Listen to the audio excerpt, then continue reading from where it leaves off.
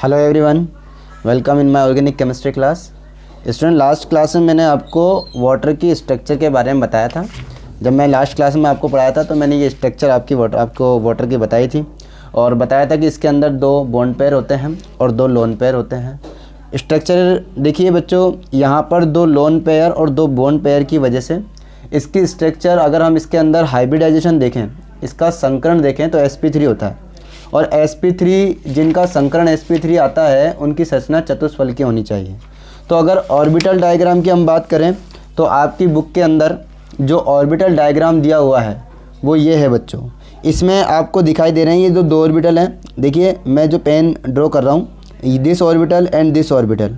बच्चों ये जो दोनों ऑर्बिटल हैं ये आपके लोन पेयर वाले हैं, यानी कि ये अनहाइब्रिड ऑर्बिटल हैं। ये हाइब्रिडाइजेशन में टेक पार्ट नहीं कर रहे हैं, ये संकरण में भाग नहीं ले रहे हैं। ये आपके अनहाइब्रिड ऑर्बिटल हैं जिनमें आपका लोन पेयर है। अनहाइब्रिड ऑर्बिटल, असंकृत कक्षक हैं ये, ठीक है बच्चों।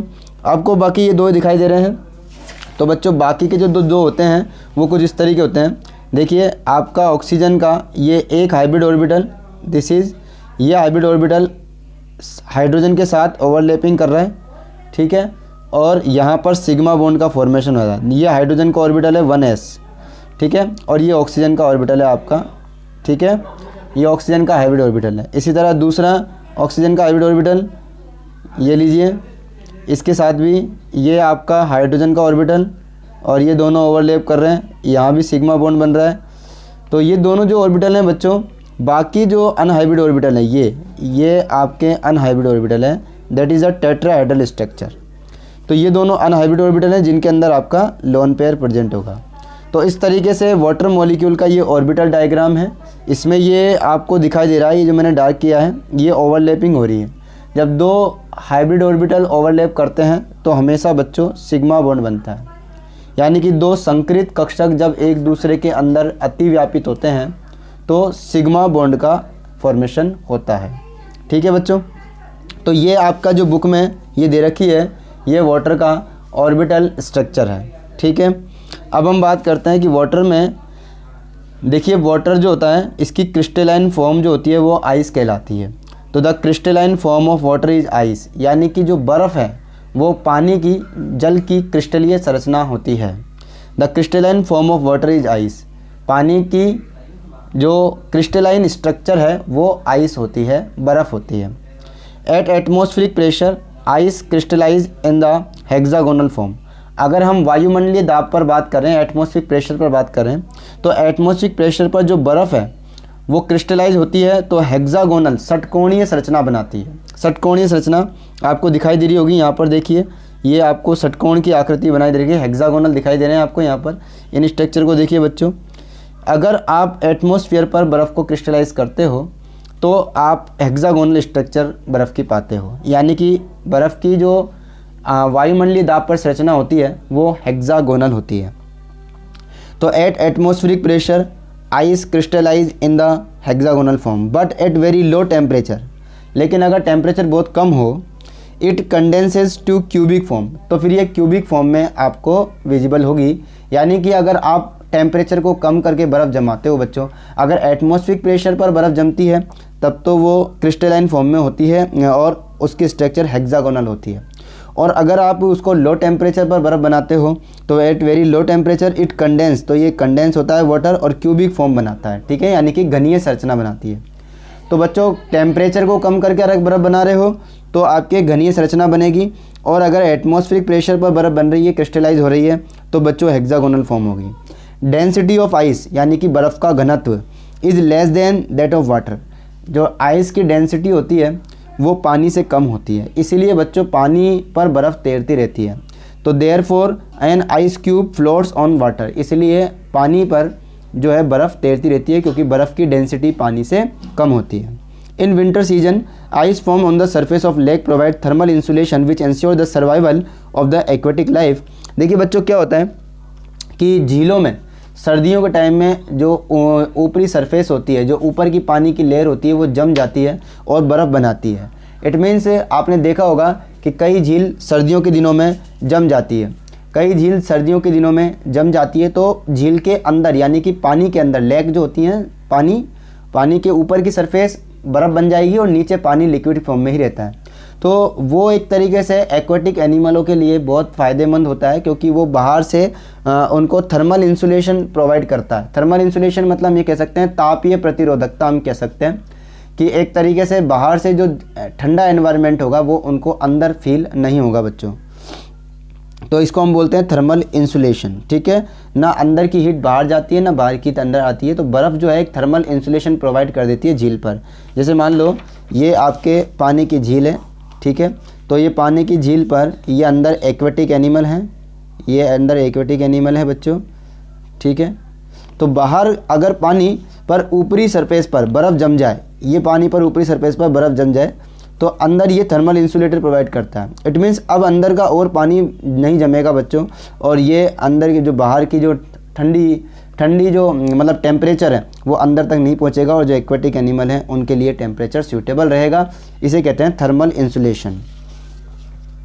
तो बच्चों, insulation which ensure the survival of the aquatic life, this fact of a great ecological significance.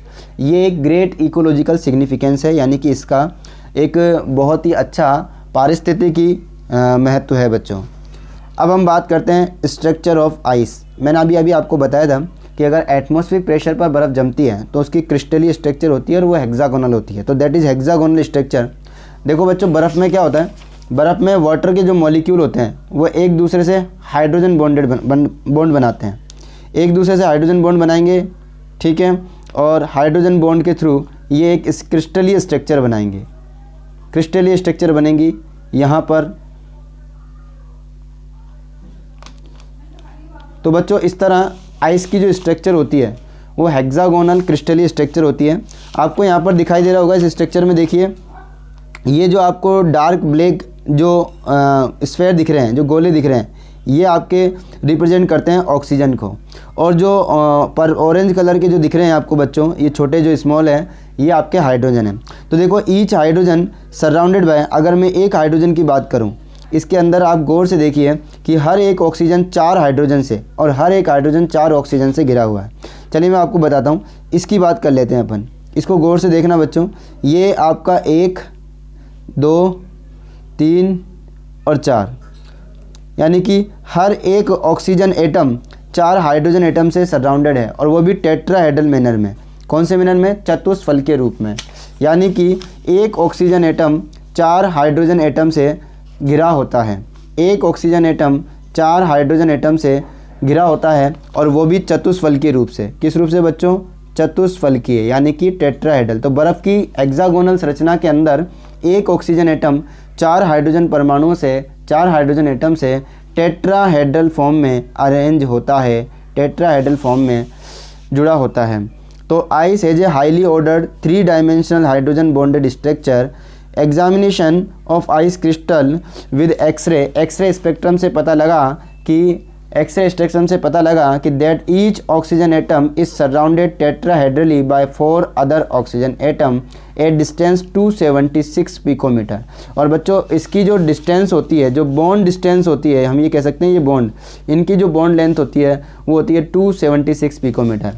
Hydrogen bonding give ice a rather open type structure with wide holes. तो इस तरीके से अगर आप देखो तो जो आइस होती है उसकी स्ट्रक्चर में बहुत सारे होल्स, यानी कि वेकेंट स्पेस होते हैं। आपको दिख रहे होंगे ये वेकेंट स्पेस, खाली जगह। These holes can hold some other molecule of appropriate size interstitially. ये जो खाली जगह हैं इन्हें बोलते हैं इंटरस्टिशियल साइट। इन साइट में कोई भी अदर एटम आके फिट हो सकता है और इंटरस्टिशियल कंपाउंड बना सकता है। तो बच्चों, ये थी हमारी आइस की बात। हम वाटर का ये दूसरी फॉर्म होती है, क्रिस्टलाइन फॉर्म होती है आइस, आपको ध्यान रखना है, ठीक है। अब हम बात करते हैं केमिकल प्रॉपर्टी ऑफ वाटर। आज हम आपको बताने जा रहे हैं वाटर की केमिकल प्रॉपर्टी। देखिए बच्चों, केमिकल प्रॉपर्टी ऑफ वाटर में यहाँ देखिए, water react with a large number of substance. Water जो है, वाटर की अगर हम बात करें, water react with a large number of substance, ठीक है। Some of other important reaction are given below.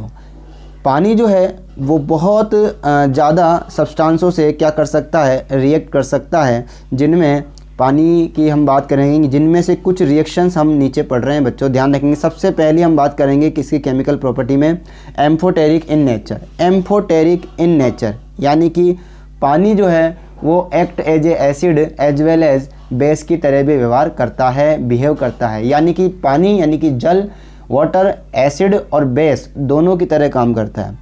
पानी एसिड से भी रिएक्शन कर सकता है और पानी बेस से भी रिएक्शन कर सकता है। तो चलिए बच्चों, इसीलिए इसके नेचर को बोलते हैं amphoteric nature. It is the very important for your exam. देखिए, it has the ability to act as an acid as well as base. पानी की एक टेंडेंसी होती है, ये एसिड के साथ भी रिएक्शन कर सकता है और बेस के साथ भी रिएक्शन कर सकता है। इसलिए it has the ability to act as an acid, ये एक एसिड की तरह भी बिहेव करता है, as well as a base, एक बेस यानी कि क्षार की तरह भी व्यवहार करता है। जल जो है एक अम्ल की तरह भी कार्य करता है और एक क्षार की तरह भी कार्य करता है। It behave as an amphoteric substance, इसलिए ये एम्फोटेरिक यानी कि उभयधर्मी पदार्थ की तरह कार्य करता है। एम्फोटेरिक इट मीन्स उभयधर्मी, ठीक है बच्चों।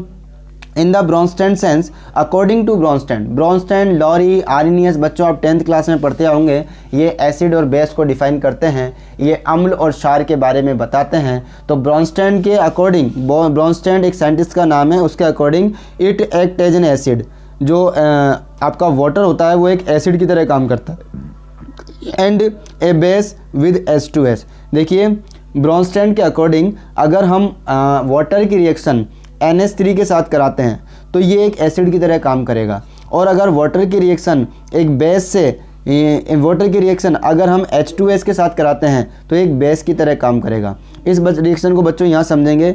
ये रहा आपका H2O यानी कि वाटर, ये रिएक्शन करता है NH3 से। तो हम जानते हैं कि ब्रॉन्स्टैंड के अकॉर्डिंग जो H+ डोनर होते हैं, देखिए ब्रॉन्स्टैंड एक साइंटिस्ट का नाम है। ब्रॉन्स्टैंड के अकॉर्डिंग मैं आपको बता दूं, ब्रॉन्स्टैंड के according H+ donor, H+ donor कौन होते हैं, यानी कि प्रोटॉन डोनर जो होते हैं वो एसिड होते हैं, ठीक है। और H+ एक्सेप्टर, जो H+ एक्सेप्ट करते हैं वो बेस होते हैं। तो बच्चों, ब्रॉन्स्टैंड के अकॉर्डिंग H2O जो है वो H+ रिलीज़ करता है। H2O ने H+ निकाला तो H2O के पास केवल OH- बचेगा, तो H2O कन्वर्ट हो गया OH- ने। इसने H+ निकाला है और वो H+ किसको दे दिया है, NH3 को दे दिया है, जिससे NH4+ बन गया है।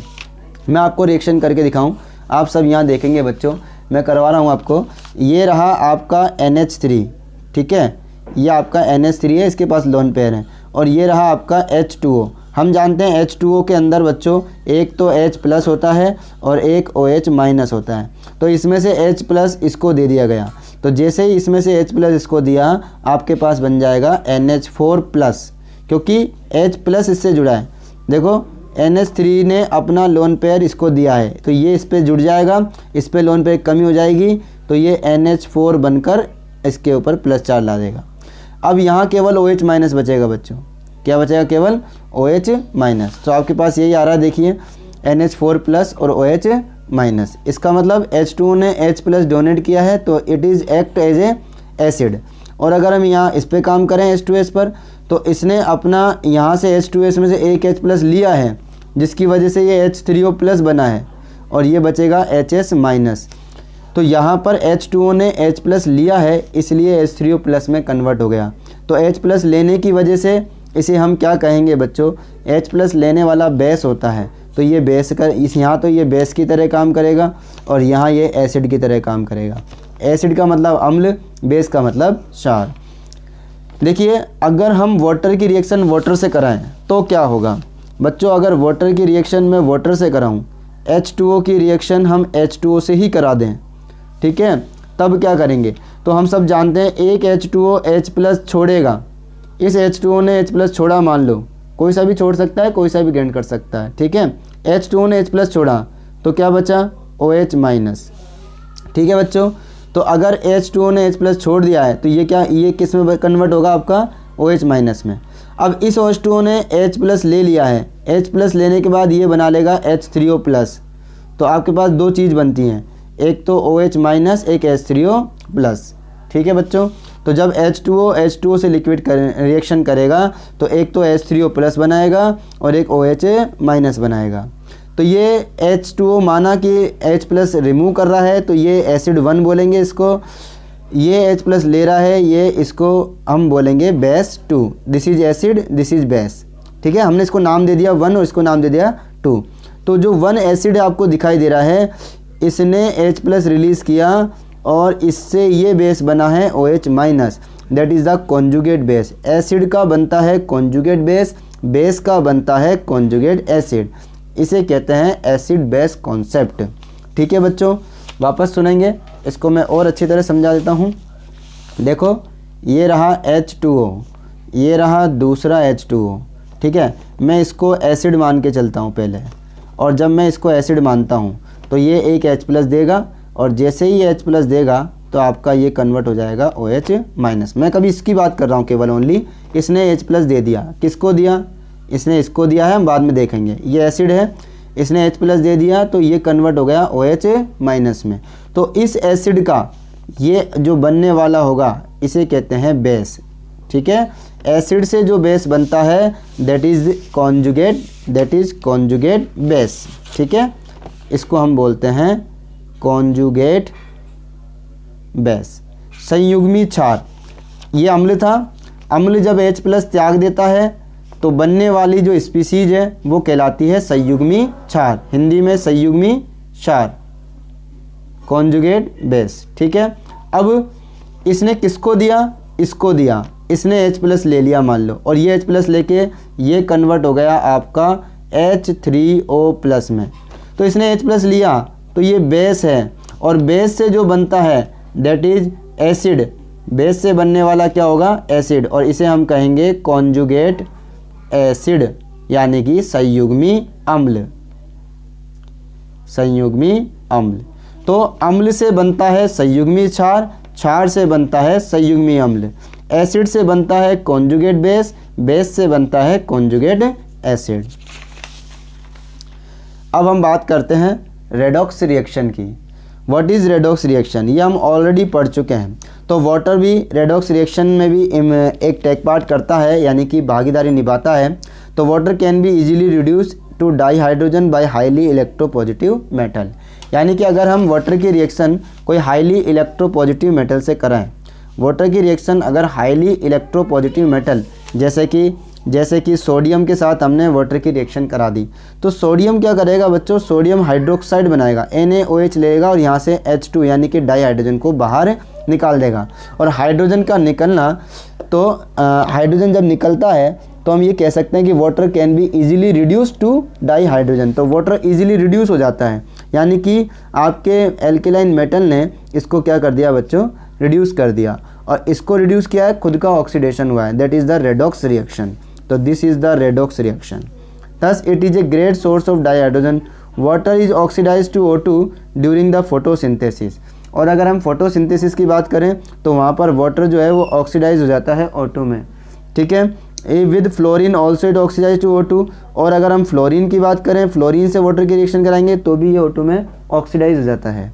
ठीक है, नेक्स्ट रिएक्शन है हाइड्रोलाइसिस।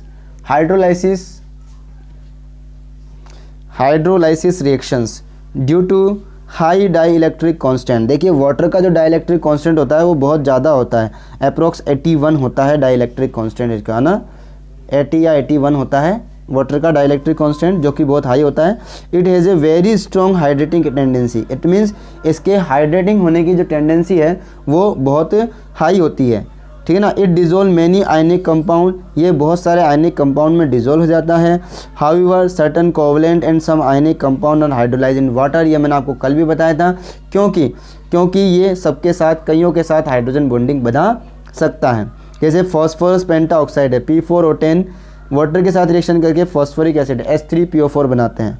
इस तरह ये सिलिकॉन क्लोराइड, सिलिकॉन टेट्राक्लोराइड जो है, ये भी वाटर के साथ रिएक्शन करके सिलिका बनाता है, SiO2 बनाता है। और नाइट्रोजन जो है वो वाटर के साथ रिएक्शन करके अमोनिया बनाते हैं। तो बच्चों, इस तरीके से ये रिएक्शन आपको यहाँ दे रखी है। हाइड्रेट्स फॉर्मेशन, कई क्रिस्टलाई कंपाउंड, कई एलिमेंट्स ऐसे होते हैं या सॉल्ट ऐसे होते हैं जो वाटर के साथ हाइड्रेटेड होकर, मतलब जुड़कर, जिनके साथ वाटर ऐड होकर क्या बना देगा? क्रिस्टलाइन फॉर्म बनाता है। तो from the aqueous solution many salt can be crystallized as hydrated salt such an association of water different types। तो बच्चों क्लास में नए वीडियो के साथ। Thank you so much, goodbye and take care.